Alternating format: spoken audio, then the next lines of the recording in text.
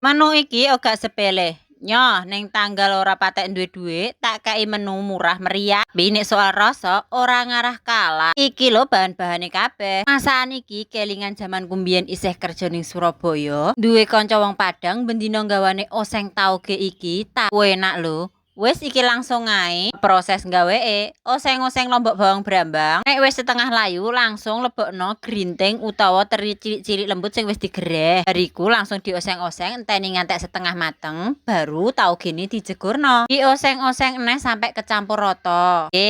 Iso mangan dengan budget murah tapi rasa mewah. Blenger cah rong dina mangan lawuh kupat. Wis diosengno tauge ae, tak tambahi banyu sithik oseng taugeku, kei uyah, gula, terus tak tambahi obat masak, roiko, karonan, lan aja lali mrica bubuke. Dioseng-oseng gen kecarup rata. Enteni sampai umub bleguduk ya. Nek wis umub bleguduk aja suwe-suwe nek numpangno wajane, langsung ndang dintas ae ya. Gembluduk-gembluduk, walah ya, kaya kok enak. Langsung siapno piring, terus disok grojok, ditambahi meneh. Kemebule ngene.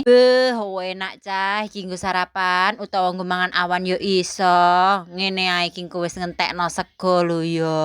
Wis murah meriah, gampang masake, tapi tetep istimewa rasane.